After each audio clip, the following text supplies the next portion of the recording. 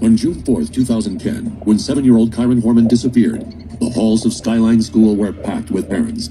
That morning was crazy at school. It was the science fair. So not only do you have the regular kids there, you got their parents, potentially grandparents, maybe friends or neighbors coming into the school as well. That brings people into the school that would not normally have been inside the school at that time. Rule number one is, I use the initial ROO, rule out others. The things that are most plausible to me are this. One, that someone else who was not ordinarily at the school was there at the school and he could have left with that person. Number two, that he could have just wandered off in the melee, maybe trying to go back to his stepmother or do something. He just could have just wandered off.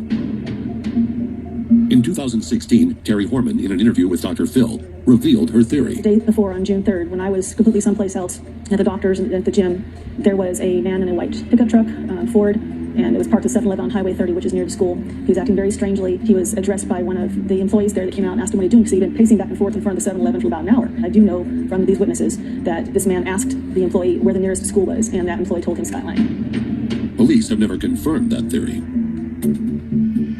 When Kyron went missing, the dynamics of his parents were complicated. Kane was managing a delicate balance between his ex-wife Desiree and Terri Horman.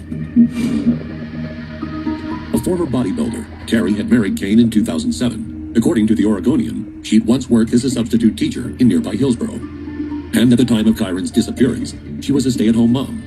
How has your relationship at home changed with Terri? Has it changed at all? I wouldn't say it's changed between us. It's just a different dynamic with one of the children not being at the house. Investigators have had to ask very tough questions about good times in your life, bad times in your life, the relationship with where Terri was that day. How are you managing that? It's all inconsequential. That's the easy part. Yeah. It's dealing with Kyron being gone that's been, Yeah. it's all pretty much unbearable. 3 days after that interview, and nearly a month after Kyron vanished, the dynamics of Kyron's family took a sharp left turn. Behind Kane's marriage to Terri was disintegrating. A stream of cars rolled up Shelter Road into the Horman home on Monday. One, there only to serve divorce papers and a restraining order to the stepmother of missing 7-year-old Kyron Horman. A shock, friends say, even to Terri. We really got our first glimpse of the friction in this family when Kane filed for divorce and for a restraining order. We knew things were bad, but we didn't know they were that bad. Kane Horman and his 18-month-old daughter moved out of the home he shared with Terri, filed for divorce, and was granted a restraining order against Terri, too. In that divorce filing, Kane pointed the finger directly at Terri, saying she was involved in Kyron's disappearance. It was around a holiday, and I got a call. You won't believe this. And I remember reading it in the newspaper and saying, oh my goodness, what? The allegations were, weeks before Kyron's disappearance, Terri allegedly tried to solicit the family landscaper to have her husband killed. You can't make this stuff up. It was crazy. I've got an 18-month-old in one arm in bags, and we're trying to find a place to go where she can't get a locate on us. I need to protect myself and my daughter. We basically leave for what we affectionately call an undisclosed location, and we're gone. He was sequestered. He was in a hotel, but he couldn't give us the location until we got there. And it had to be over the phone, not in text. He proceeded to explain how he found out what was going on, that he feared for his life and safety.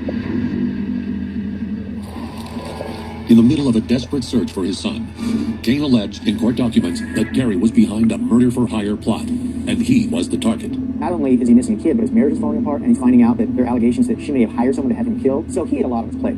All of us thought, oh, this is it. This is it. They have it. They've got some clues. I think that all of those things built up. You kept thinking any minute they're going to find the magic piece of evidence that led to that. Terri Horman has rarely done interviews, but in a 2016 conversation with People magazine, she denied the murder-for-hire allegation, an allegation she's never been charged for. The murder for hire plot is completely bogus. The person who had done that had an axe to grind with me because he had made forward advances towards me on Mother's Day of that year. And I told him to leave. I was kept away from my daughter for years with a restraining order based on false information. I was never asked by Kane or anybody else about that. Nobody asked me any questions. It never even discussed. In the weeks following Kyron's disappearance, police held a press conference and a flyer that showed Kyron's face, Terri's face, and that white truck. And they said, if anybody has information about Terri or the white truck, please let us know.